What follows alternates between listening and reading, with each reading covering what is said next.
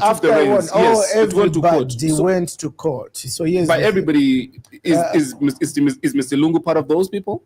No, not him. But at the time, now we're like one unit. And Raphael Nakachinda went to court. He called himself the Secretary General of the party. The ruling came, preliminary ruling came, you lost. They told him you are not the Secretary General, Bwana. Who appointed you? He said, oh, it's given when they appointed me as Secretary General. But we argued, but who is given when? Is acting president. There is no position of acting president in the PF constitution. Who appointed given Rwinda? No, it's Edgar Lungu. Where's the letter of appointment? The letter was produced. But this was after he had resigned. We have this letter of resignation. So he lost that he wasn't SG because he was appointed by somebody who was no power to appoint him. The other candidates, the 10, remember we are 10 that paid 200,000. So when I won 2 million. 200,000. I'm saying 2 million times 10. Yeah, I don't know where that money went. Wherever the money I never goes. found that money in the PF account. I'm a signatory to the PF account now. When Sata was there, I was a signatory. So when President Lungu came on, I got removed for many years. But now when we've taken over PF, I'm one of the signatories. But we never found that money, the 2 million you're talking about. That's a story of another day. But so the 9 candidates went to court as well. They, in their own wisdom, they went to the Constitutional Court. But we put in application. Court, you argue using law, not emotions. We argued that case was thrown out, so that's number 2 I won. Won the Nakachinda one, and then one also for the 10 candidates. Then another group also went to court. But the long and short of it, I think I won 4 cases within PF to confirm me. Because when your opponent's challenging you loses, you win. That means you are confirmed. So 4 times. Now these ones also, when I won, I appointed Morgan Ngona as Secretary General and Chavinga as leader of opposition. So when I went to see Edgar Lungu, they declared themselves, Miles is not president, we are presidents. And when you tell the speaker who is there, they say no. When I realized that their agenda was to sell PF to HH, their agenda was to they expelled 10 MPs to kill PF. When I realized that was the agenda sponsored by HH, that's Chavinga, who had appointed as leader of opposition, as Ngona, as SG, I fired both of them.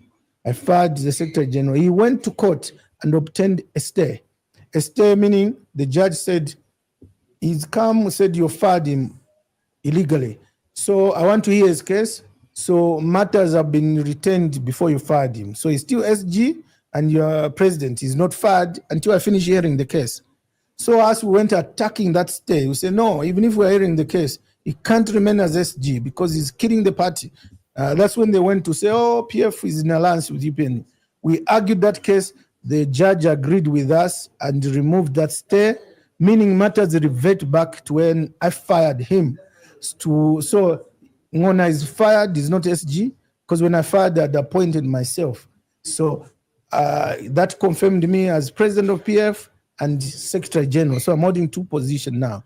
So I've won all legal battles, and they're still going back. I'm confident of winning because when the law is on your side, you win a case in court.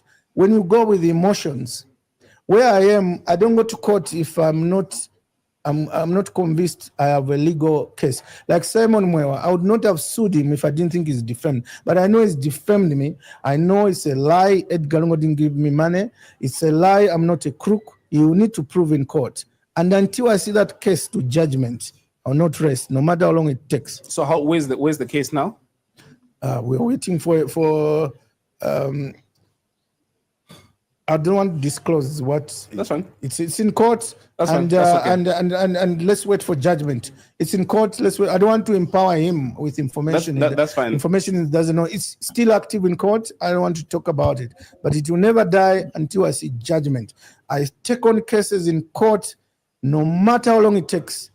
If I think there's injustice, doesn't on me, and I think There you have it, ladies and gentlemen. I guess you got the gist of today's talking points. I can see there's quite a number of you tuning in, and this is one of the reasons why, I would like to welcome you to Z Corner TV. And in today's live stream, we are going to be talking about what is happening in PF. Obviously, we witness a lot of things happening with regards to the division within PF. Is Mao's Sampa, leading the PF? Is it divided into several factions and so on and so forth? So before we continue diving deep into all these different topics, I would like to remind you to share this video. So if you are watching us and you really like what we are doing, kindly hit the share button and invite other people as well. So your comments are truly appreciated. All your opinions are definitely going to be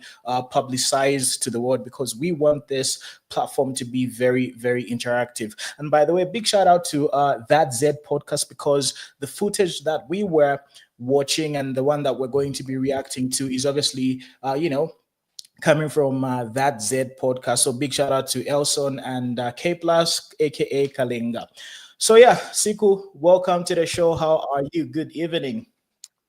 Good evening. I am good, and it's very interesting conversation today. Obviously, everybody has been wondering what's been happening with the PF, and yesterday's conversation on That Z podcast was quite interesting. So a lot has been revealed by Mao Sampa, who is the current PF president, as he puts it. He says he's won all the court cases, and just a recap.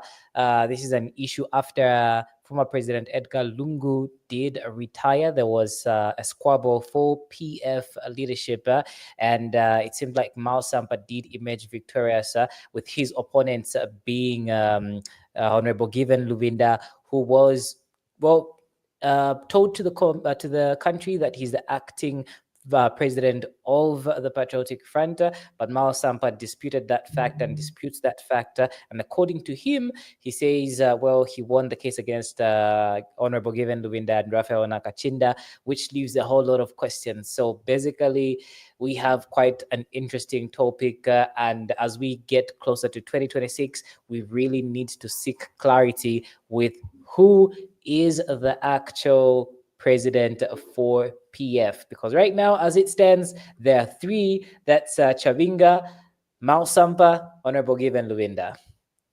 Yeah, definitely. So the reason why this is a very important discussion is Zambia is a democratic country, and obviously having a very healthy environment with regards to strong opposition is what really makes us one of the most peaceful countries here in Africa. So this is one of the reasons why it's obviously each and every citizen's concern to have a healthy opposition. So it's not all about, you know, kissing the behinds of the ruling party, etc. We need to have a healthy democracy, and healthy democracy means having representation in parliament, which is obviously strong rooted with the opposition as well. So when it comes to Zambia, right, the main political parties are obviously UPND and PF as it stands right now. So whatever happens within the PF political party, it is obviously of concern. So now we have obviously heard Mao's Sampa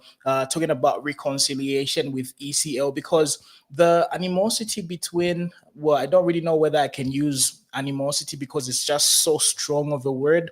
The whole differences between ECL and Mao's Sampa started way back when my coach Lufia Sata passed away. There was a lot of confusion with regards to who was going to lead the Patriotic Front. And of late, we obviously saw Mao's Sampa pull a fast one, well, a clever one, as we can call it, because he usually refers to himself as Mbappe. So right now, it's very interesting to see where the political party is going to go and who is actually going to be representing the Patriotic Front come 2026. So right now there has been a lot of delays. There's a lot of uncertainty, with regards to who's going to be leading the real true PF. By the way, does the real true PF really exist at this particular moment? Because it has been so divided. There's a lot of different, categories, factions, etc. So it's very polarizing and it's very confusing at this particular moment, because as citizens, we are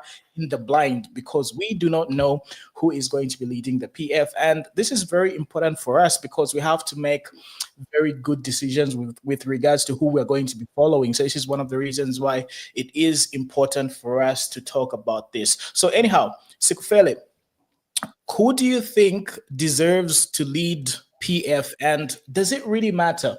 Mao Sampa, ECL, Given Luvita, does it really matter? And what is going to be the outcome depending on who leads PF?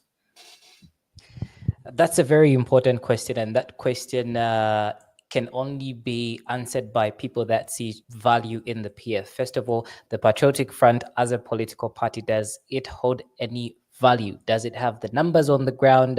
Is it still popular, etc., etc.? So those are the very important questions that people should be asking, and these are the questions that are on people's minds. So basically, like you earlier alluded to, this drama has been unfolding for quite some time now. This happened after the 2021 general election when ECL lost, and it's quite interesting. It's that situation where there were a lot of vouchers circling over a sunken ship. So seems like there was no proper roadmap or plan for what happens when ECL loses in 2021, and it shocked everyone in the PF. Now everybody started squabbling because they didn't know if the former president is going to still remain as the party president, or he is going to retire and just stays as a father of the nation. So a lot of people saw opportunity. There were talks of a convention. A lot of people were happy. We saw GBM throwing his hat. People started paying for presidential nominations for the Patriotic Front. Sampa obviously excited, still remembering what happened previously when ECL took over the Patriotic Front. According to what we saw, should have been in 2016, if I'm not mistaken. Back then, according to Mao Sampa, he did win that the conventional vote, but Kwadi Mingara Tuesha Pitire and ECL won. So Mao Sampa was like, this time nobody's going to, it's like by birth, this is my birthright, PF. But Michael said, he was his uncle, he was his family. So Mao Sampa kind of like felt some sort of like ownership to it, like he was owed to him. So 2021 brought in that opportunity for him to regain control of the Patriotic Front, which he did. And it was quite interesting because people were not really expecting him to pull a fast one over Given Luvinda, over Rafael Nakachinda, over ECL, because at that particular time they were trying to see obviously who is closest to ECL and who ECL is going to bless and say, this is the person that's going to take over the Patriotic Front. Now, fast forward to today, Mao Sampa is in a very desperate situation. He finds himself with no friends. So, well, that's just according to what I think.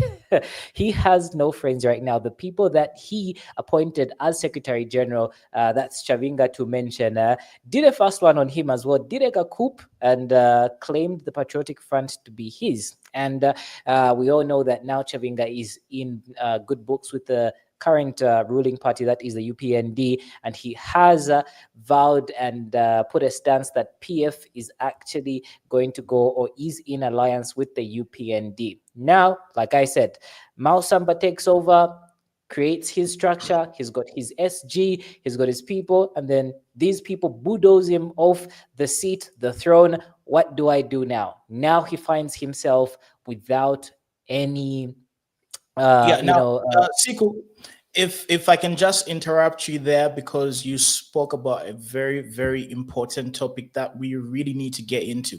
So, according to Mao Sampa, right, according to the information that he relayed on that Z podcast, PF was almost hijacked by UPND via Chavinga. Am I getting that right? It's not almost, well, almost, yes, according to him, with the court cases that he is alleging to have won. So basically he's saying UPND sponsored Chavinga, and Chavinga, betrayed him and tried to take over, or is trying to take over, the Patriotic Front party from him. Yeah, so that is according to Mao Sampa. These are not our words, so we have to be very careful nowadays. Kuri amalo guesses. So anyhow, according to him. anyhow. So I think Mao Sampa doesn't have friends, and he needs friends. He needs friends that are going to really put him in that position of authority, and that's why he's gone back to ECL. This is just my thought as well, because don't misquote me for anything. This is just what I think. So now he knows ECL has got the love of the people. He knows ECL. If he aligns himself with ECL, he stands a good chance of salvaging his political career, because come 2026, material is going to be heated. So if he is going to stand as material member of parliament, the chances of him winning that seat again are getting thinner by the day. So he finds himself in a situation where he has to save his political career and ensure that his future is quite okay. So I feel he is kind of desperate. He is going to ECL, and this is a relationship of convenience, because if Mao Sampa is saying that, well, the courts of law are saying that the judgment was that Mao Sampa is the legal Patriotic Front president, meaning under Tonse Alliance, which party is given Lubinda, Raphael Nakachinda, ECL? What party are they going into the alliance with? Because as far as we know, they're PF, and he's saying they're not PF. So now there's this whole Tonse Alliance. So what party are they with right now? Is Raphael Nakachinda a PEP, the Sean Tembo late party member? Is he any other political party member for them to be a part of that alliance and say that, oh, okay, we've got candidates that we're going to field in under what political party? So this is why yesterday I mentioned the issue of alliances being very tricky for us, and us Zambians really need to pay close attention, because we might even vote for people that actually are not on any political party. It's that dangerous, because we're thinking, oh, Given Luwinda is under PF. Mao Sampa is telling us, no, Given Luwinda is not under PF. He might be a PF member, but he is not a PF presidential candidate or a PF president and whatnot. And remember, Mao Sampa did expel Given Luwinda, Raphael Nakachinda. He did expel these people from the Patriotic Front. So if he is the sole leader of the PF, which party are these gentlemen going into the alliance as? Now, that's a very important question. So if President Lungu is deciding, or former President Lungu is deciding, to come back into politics and stand as a presidential candidate, as things stand right now, but that's not really a possibility, because ECL will not be able to stand, because the Constitutional Court ruled him ineligible to come back. So he's never ever going to return. So right now it's an issue of endorsements. Who gets what type of endorsements? And it's very ironic, due to the fact that Mao Sampa has gone back to seek ECL's approval. Of course, ECL is a statesman. He's older than Mao Sampa, and he obviously ruled the Patriotic Front. But this relationship of convenience is what is really, really taking me aback as far as Mao Sampa is concerned, because we obviously know the animosity and the bad blood between him and ECL. So now the question stands, why is he gravitating towards ECL? Is it because Chavinga is aligned to the ruling party, which is obviously UPND? And why is there division between him and Chavinga, and why are they going in different directions? And what does this mean for PF? Let's hypothetically say that Mao Sampa is going to sort of, play the real opposition card and just be a real opposition with regards to UPND, and Chavinga wants PF to be in alliance with UPND. What does this mean for the democracy of Zambia if PF, under whoever aligns with the UPND, what happens if they get into an alliance? What happens to the democracy of Zambia, and what happens to transparency and just basically being able to give the necessary checks and balances? And what is the best strategy? So what's the rationale behind Mao's Sampa, siding with ECL this time around? What's the animosity between him and Hakainde Hichilema? What's the strategy?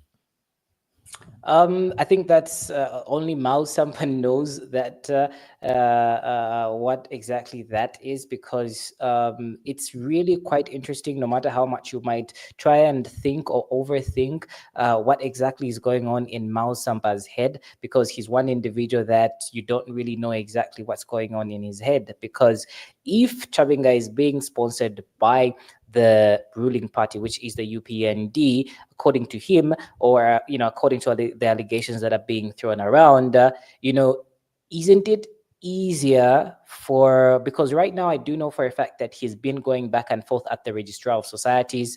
I know that he's been trying to create or give out information that the state is kind of like frustrating the case, and they're trying to make it go in favor of Chavinga.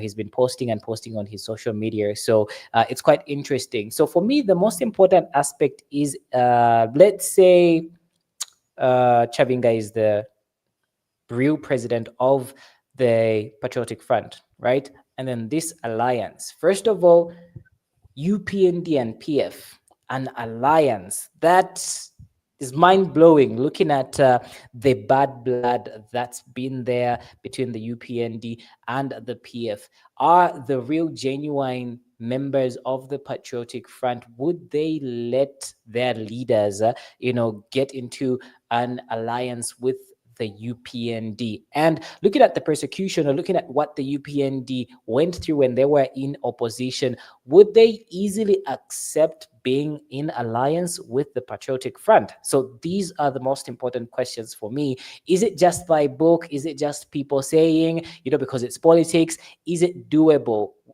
Because I think for me, there's too much history between the two camps to just easily forget and get into alliance, because we've had before 2021, before Edgar Lungu, during Sata's when Sata was in opposition, when HH was in opposition, they tried to be in an alliance. And it failed. It failed horribly. And fast forward, is it going to work? How is it going to work? What role is the Patriotic Front going to play in ensuring that they add value to the UPND? And does the UPND need the Patriotic Front right now, to win 2026 elections? So those are the big questions that I think are very interesting to me. Yeah. So anyway, let's talk about that. Does UPND need PF? Let me give you an example. We obviously saw Amos Chanda have a very good, press run with regards to all the secrets and things that he was disclosing, right? Obviously, Amos Chanda was a very strong affiliate of the Patriotic Front. So we are beginning to see staunch PF people try to jump ship, because a lot of original PF members are either in exile or they have already been persecuted. We've seen Bowman Lusambo, we've seen Emmanuel Mwamba in the diaspora, we've seen a lot of strong PF aligned people either get gotten rid of, or they are facing a lot of legal issues and they can't really operate in an effective way. So this is one of the reasons why, as survival methodology is concerned, right, a lot of them are beginning to sing praises to the UPND so that they can obviously get favor and eventually be adopted and get aligned with the UPND. So now the question stands: does UPND need PF as it stands? looking at the number of member of parliaments that are both representing UPND and PF, is there any real threat?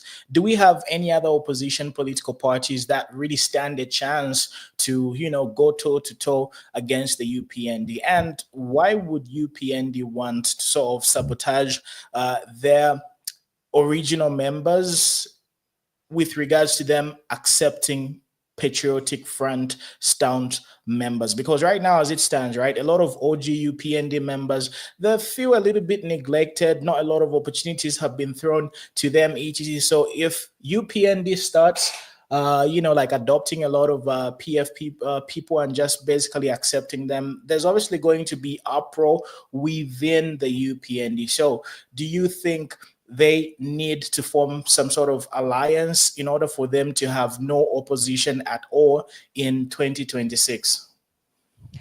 Look, you already said it. Like most PF Patriotic Front pillars, the likes of Emmanuel Mwamba, when you look at the likes of Chishimba Kambwili, Geoffrey Wale Mwamba, they are displaced. Geoffrey Wale Mwamba, GBM, is incarcerated. Chimba Kambwili is also going through his challenges. Emmanuel Mwamba, we don't know where he is. He's out in the world, So the big guys, the big PF guys, are displaced. So the only thing that's remaining is that hit to the jugular and finish off Patriotic Front, the PF. That is the only thing that is remaining. So in terms of value, I don't think the Patriotic Front itself is valuable to the UPND, and this is just my opinion, but they need to finish the Patriotic Front off to a place where they do not have any influence. And that's why the PF party on its own doesn't really have major influence, but certain individuals do have influence. And that's why everybody keeps on, there's the fight of, ECL is on our side. ECL talks to the president, ECL this, ECL that, because that is the most important key deciding factor, whether there's going to be a PF tomorrow or there's not going to be a PF anymore. Otherwise the blows have been hit. And most importantly, some of the blows have just been self-inflicting because there was no proper planning on what happens. There was no contingency plan on what happens when they lose the 2021 election. So it came in as a shock. By the time people were sobering up, there was confusions, factions after factions, inwards fighting, and the people were saying, guys, you're not organized, you're not expecting this, so how can we rally behind you? So for me, I feel right now the UPND don't have, it won't be valuable for them to get the PF as a whole, but it is valuable for them to get key individuals. And if you've seen what they're doing, they haven't really gotten individuals and put them in key strategic positions. So talk about Amos Chanda. Amos Chanda was a press aide for ECL. And right now he's kind of working like, in a similar position where he's giving out information, in the media, UPND media space. So basically, they get Amos Chanda, who was a press aide, who's got some juicy stories, and we have heard some juicy stories. We have heard of how ECO used to not answer phones. He was somewhere in the world. If you've heard, you've probably read the stories. So they've given them an opportunity to be closer. Look at the likes of Frank Walia. Frank Walia is in the media team. He's not in a government position. He's in the media team. And, they're basically using these people to kind of sort of tent the image of the Patriotic Front, tent the image of the former president, former President Edgar Lungu. So I think the only thing remaining is the final blow, and the final blow is going to come in the issue of let's say Chavinga wins if there's a law case, if it hasn't been settled yet, he wins, and the courts of law say Chavinga is the president, and then he says we're in an alliance with UPND, because we know that even the general membership of the PF are not really going to side with Chavinga in terms of being a part of the UPND alliance, because like I said, when you look at the history between the two, OG members I would not mix with the UPND. And the UPND, OG UPND members, and not only the big guys like Garin Kombo, Jack Mwimbu, and all these other guys that we see, the people that we do not see, actually, the ordinary PF people, the ones that felt they suffered, putting UPND in government today, are not going to accept that alliance, and they're not going to accept these people that will come in and try and say, well, we're part of the alliance, we're a part of you now. So right now, it's important for us to start looking at other political parties. We've got the UKA alliance with Harry Kalaba at being the presidential candidate. We've got the Socialist Party with Fred Membe and other parties as well. So I think right now it's time for the Zambian people to start looking at other presidential candidates and other political parties, because even Mao Sampa himself, and this is what I don't enjoy or like about the current crop of opposition leaders. Some are giving us their manifesto, they're giving us their solutions, but most of them, we're not hearing anything. So instead of Mao Sampa talking about Chavinga or talking about HH, I would love to know what Mao Sampa's manifesto is as the PF president, because it's quite interesting that he's the party president as well as the secretary general. Secretary General. Exactly. Yeah, So definitely. it shows you that he's a one-man show. And that's why I said that right now he's lonely. Right now he's feeling alone. He doesn't know who his friends are. He doesn't have proper alliances, and he's trying to rebuild that by getting back to ECL. So when he gets back to the ECL camp, obviously it means that the Given Luvindas, the Rafael Nakachindas, they're in good books, because these are the guys that are really making headlines where it comes to ensuring that they are putting the UPND in check. So that's what I think, and it's quite interesting, and we're going to see what's going to happen. And remember yesterday's broadcast, I mentioned that it's important for us to hear it from former President Edgar Lungu himself on whether they are in good books with HH, he is in good books with the current government, or we're just going to be hearing it from, for example, Sean Tembo did have he was live on Facebook today in the morning.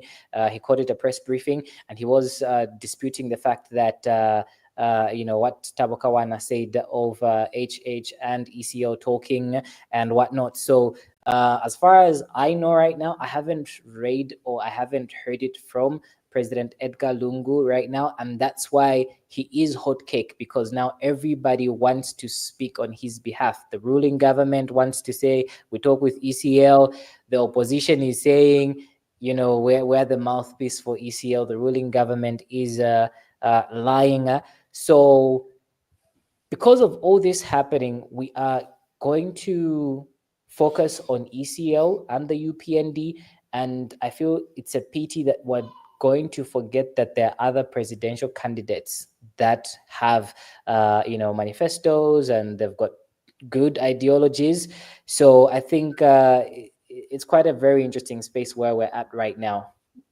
Yeah, definitely. But I really believe that a lot of other opposition political parties haven't really made an impact. And this is one of the reasons why everybody is looking at ECL and whatever he left behind as far as Patriotic Front is concerned. And this is one of the reasons why people are reluctant and hesitant, and they are obviously anxiously waiting for ECL's endorsements. Who is ECL going to be able to endorse? And this is one of the reasons why obviously ECL is taking his precious time. And this is obviously one of the reasons why Mao's Sampa understands the value of endorsements. When a king endorses you and gives you his blessing, you obviously get the goodwill of people, and people rally behind you. And this is one of the reasons why Mao Sampa is leaning towards him and ECL having a good relationship.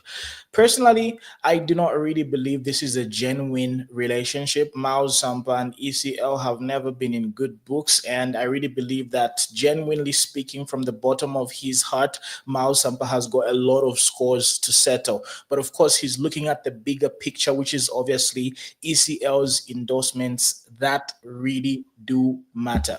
Now, talking about that, right?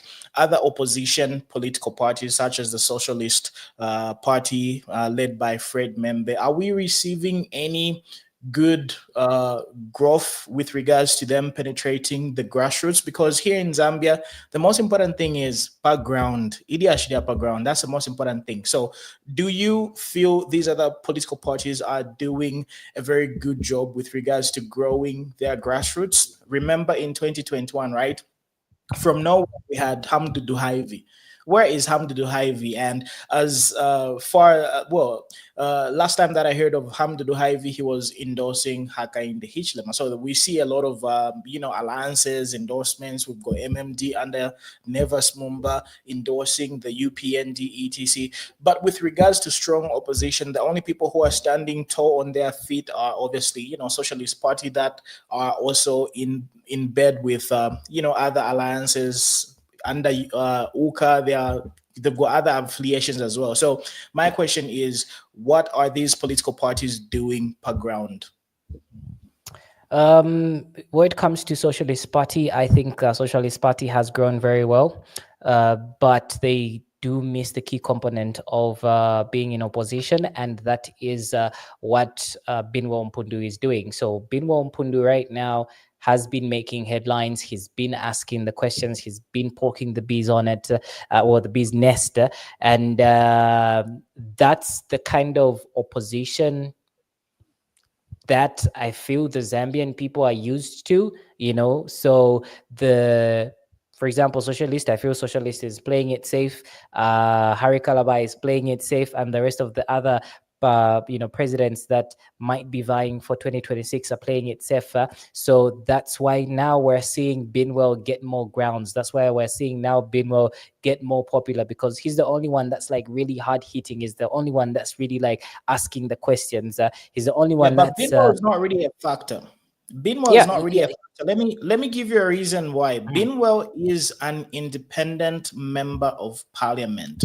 In as much as he's being very effective, he's easily disposable. He can easily be bought by the UPND or the PF or whoever, because he's an asset. He's shown how effective he is with regards to social media, mobilizing himself per ground. And by the way, Binwo Mpundu won against PF when PF was very popular. So Binwo is a very resourceful person politically. However, he doesn't really hold enough clout for him to sort of be a factor, because he's just a mere independent, member of parliament. And I wouldn't be shocked or surprised if he joined UPND in 2026. I mean, usually people like him get bought out by bigger political parties because they would rather work with a Binwo Mpundi than have him as an enemy, And right now, he's not really leaning towards the PF. He's most of the times when he's talking, he's like really standing on his own 2 feet, and he's trying to create like a path for himself. Of course, there've been rumors of him belonging to, or rather trying to create a political party, but I really think this is premature for him to have a political party of his own. So this is one of the reasons why UPND is likely to adopt and work with him come 2026. So to me, this is just a ploy for him to gather enough political clout, political mileage, in order for him to be given a very good post in UPND, or for him to be given respect in the UPND. That's a possibility. For me, why I think that as we get closer to 2026, Binwell might find himself on the ballot paper. Finding himself on the ballot paper as a political party president is very possible, but winning the 2026 elections is highly unlikely. But at some point we thought that Binwell might gravitate towards the UPND because the president has actually visited the Copper Belt for quite some time, and before his most recent trip, he did. Whenever he came to the Copper Belt, right? The president made it seem as if him and Binwell are in really good talks, and Binwell is going to, eventually go to the UPND and whatnot. But then looking at how aggressive Binwell has been in terms of, just adding fire and keeping the UPND on their toes, that kind of like proves a bit of, it gives you a bit of doubt if he wants to join the UPND, but there is a possibility that that might happen. But looking at the way he is actually, the way his movement is spreading, the Chaba Iche movement, you can tell that they're trying to create grassroots first before they actually register the political party. And you can tell that he is kind of putting his pieces together and trying to cement the pieces so that when he comes out and says Chaba Iche is registered as a political party, Binwell is standing, there's nothing that's going to come in his way, to just mess things up. So for example, we know that looking at the history of what's been happening with opposition political parties ever since the UPND won. We did see Hari Kalava lose his presidency as should be the DP, Democratic Party presidency, to his vice president. And he remained kind of, if I'm not mistaken, but I think it was the Democratic Party, if I'm not mistaken. But yes, his party, they started fighting for the party. And the same thing that's happening with Chavinga and Mao Sampa is the same thing that happened to Hari Kalaba, So there's been this frustration or talks of the government frustrating, the ruling party frustrating political parties and ensuring that, they bring confusion. So I feel that might be the reason why he's very closely uptight about him revealing whether Ichaba Iche is going to be a political party or it's just going to be a movement. But I really do think that Binwell is going to surprise us at the last minute, or as we head towards the last minute, with something that we didn't expect, because I think that's the type of person that he is. And he's got a lot of potential to do that. So in terms of other political parties, the Socialist Party obviously they have their structures, grassroots, but maintaining the grassroots structures, I think, is a challenge and has been a challenge for most political parties that are in the opposition, and especially How the fact many that MPs does the Socialist have in Parliament? As it stands right now, do they have any people in Parliament? Because you see, I don't think they do. Because the way that the Zambian democratic space is made up, in order for you to be a factor, you have to have people in parliament. You just can't become a president without, having numbers. Like we saw the way the UPND was building up towards them taking over Zambia, because they were gradually getting the power structure well aligned when it comes to, offering checks and balances, going against Bill 10, etc., because they had the numbers in opposition, or rather in parliament. So when it comes to the democratic space in Zambia, right, the key thing to do for any emerging political party is, number one, have members of parliament. So in order for you to have members of parliament, right, you need to have very strong grassroots representation. And this is one of the reasons why, to me, the most important contender is going to be in 2031, like after 2026, because as it stands right now, PF is being diluted each and every day. They are losing clout each and every day. So one of the upcoming political parties are going to emerge after 2026, when we see the numbers of members of parliament get represented in parliament, because this is the only way that you're going to be able to become president of Zambia. You need to have those numbers in parliament. So far, besides PF, there isn't really any other political parties that have got like a decent number of representation in parliament. Yeah, that is true. And also, what we also have to put in consideration is that 2026 is going to be very interesting because we do not know who's standing on which political party. So, for example, the current Mufulira member of parliament, who is Patriotic Front, has already given out a statement that he is not going to stand under the PF. So we're going to see a lot Mhm. of MPs jump ship, and try and either find greener pastures or retain their seats under the current government, the UPND government, or a different political party. So that's why now people are quiet, because there's still some time to 2026. So as we get closer to 2026, we're going to be seeing the real intentions of people, and we're going to see, for example, we can look at what happened in Petauke.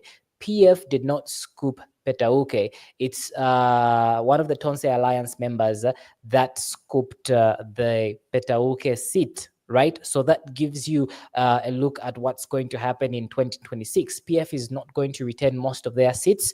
They are going to other political parties that are, led by other people. So like I said, you have to look at it. Is PF going to have that? Are they going to still retain the numbers in parliament that they have?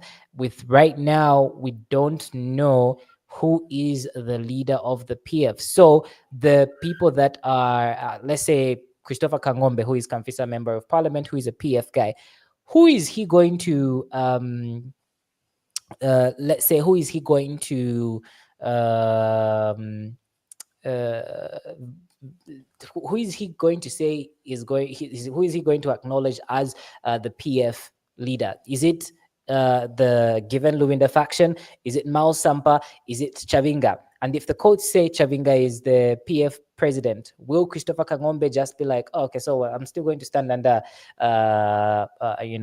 PF, even under Chavinga?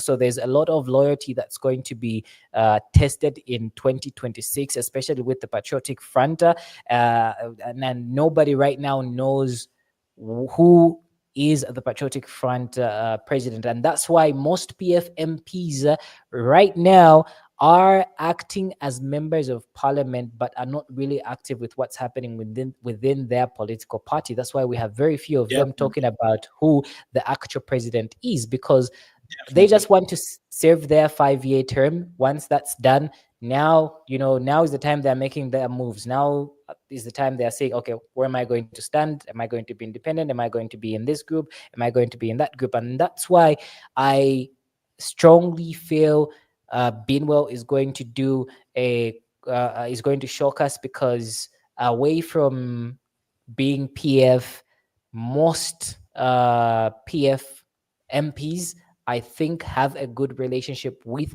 Mao Sampa, not Mao Sampa, but Binwell Mpundu. So, for example, Binwell and Christopher Kangombe, really good buddies. They really did make an amazing duo when Binwell was DC on the copper, in Kitwe on the Copper Belt, and Christopher Kangombe was the mayor of Kitwe. So there are those relationships. So look at, for example, Munye Zulu, JJ Banda, are really good friends with Binwell Mpundo. So there are also a lot of other guys that are in good books with Binwell Mpundu, and Binwell Mpundu serves as the guy that defeated the norm. So what Binwell was fighting, why he stood under as an independent MP, is because he felt it was his time to be an MP, and that he was being slept on. He Sideline. wasn't being given the opportunity.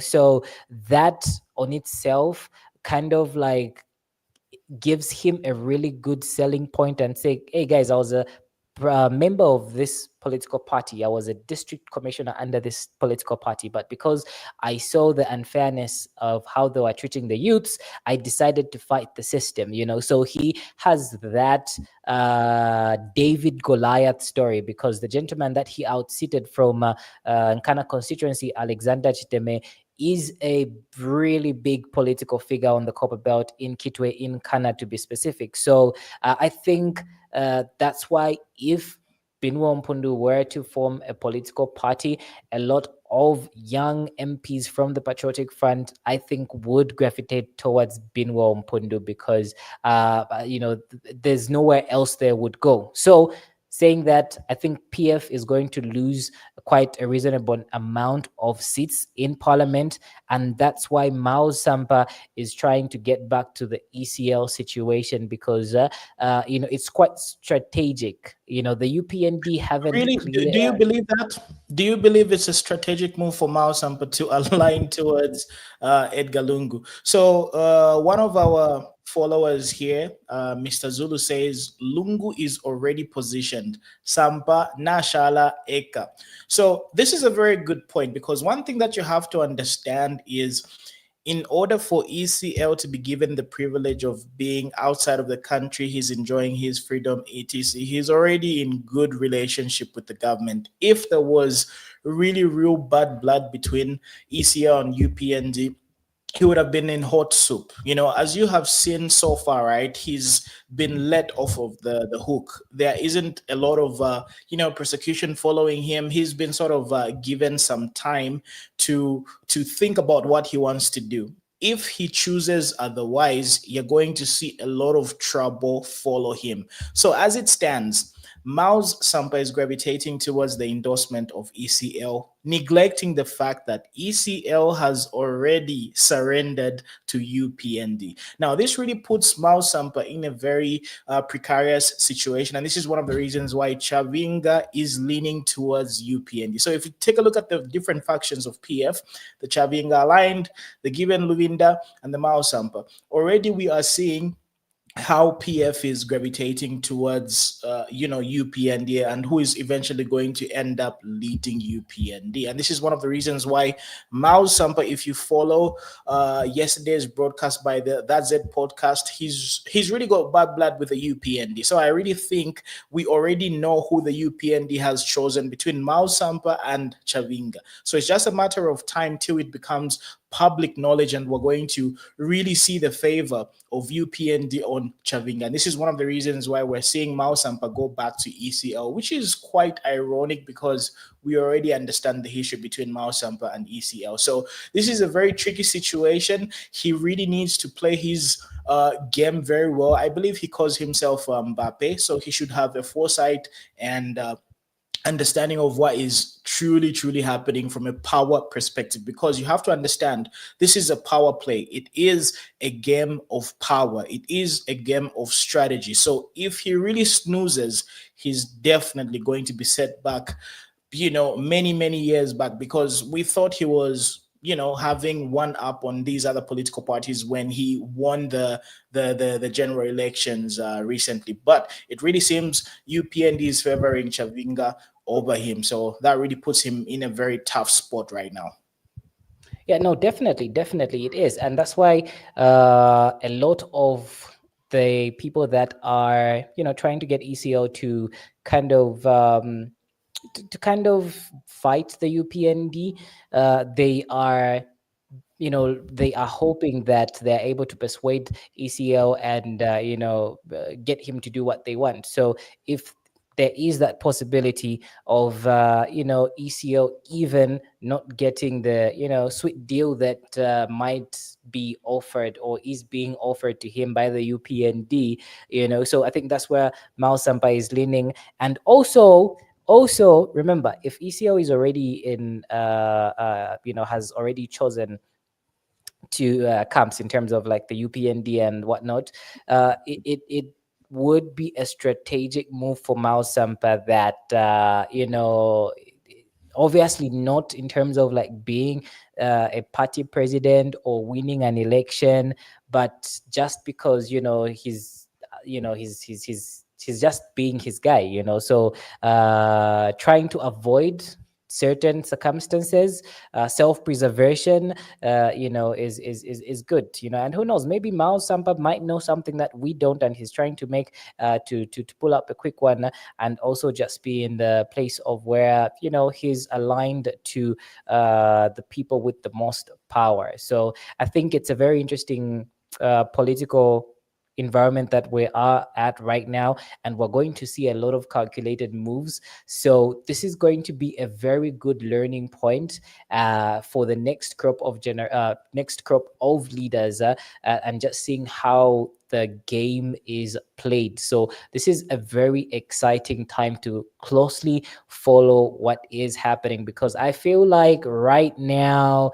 2026 is very interesting, because we're going to be seeing new members of parliament away from the same usual faces that we keep on seeing. So new game players are going to come in the game, learned from what has been happening with the PF and the UPND, and there's going to be like a new way of doing politics. Just like we've seen how the UPND has done their politics after winning the 2021 elections. We've seen how the political landscape has changed.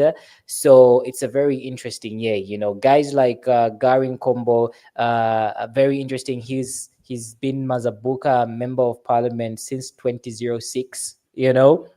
That's So amazing for him. so like I said, the PF are definitely going to lose numbers in parliament. So people are going to vote for new people. So we're going to be seeing a lot of new faces in parliament come 2026 or after 2026. So for me, that is the most important aspect of it. And seeing how once the campaigns start, what exactly will be the campaign messages for these individuals that are going to be vying for these office places, such as councillor, member of parliament, etc., etc. So but I think it's very interesting to look at the situation, and that's why the issue of the old guys like the Socialist Party's Fred Membe, Harry Calaban, I feel like, yes, they're going to do well in 2026, but the ultimate change is going to come in 2031, because now we're going to have fresh faces that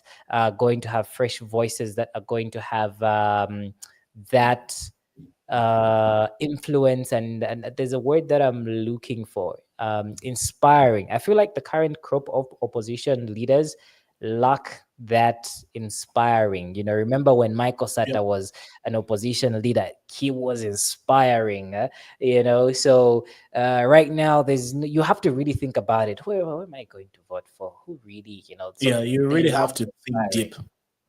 yeah, but 2031 from 2026, the guys that are going to come up in 2026 are the ones that might carry the day in 2031, because now they are going to inspire a new generation. They're going to inspire, a lot of Generation Zs, who are going to have a lot of experience in terms of voting, because there's going to be, I think, a lot of first-time voters with most Gen Zs. The millennials did vote in 2021, but with the Generation Z, who are the higher population, are going to have their experience voting in 2026, and by 2031 they are definitely already going to have their minds made up, and they're going to vote for somebody.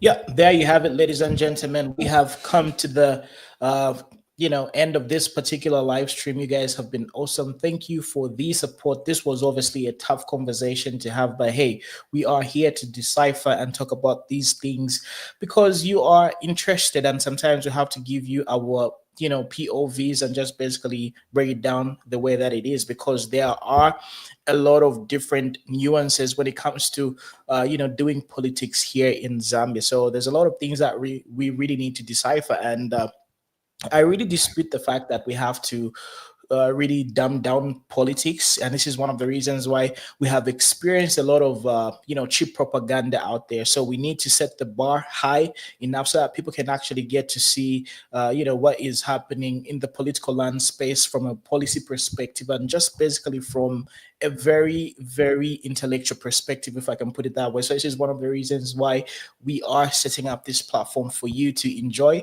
and just basically have an alternative opinion. So Siku, just close the show and let's keep it moving. You can close it off. Definitely. So always make sure that you do share the video, post it in every group, and tell a friend about it. Make sure they do subscribe, like our Facebook page.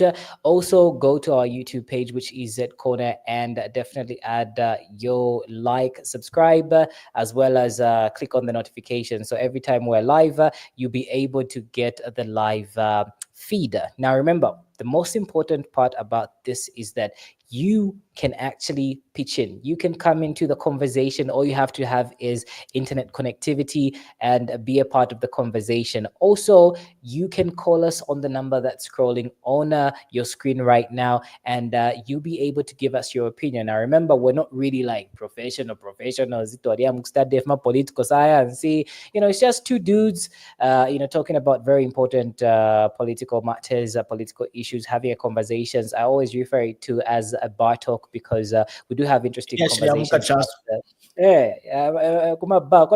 Politicians. Very interesting perspectives.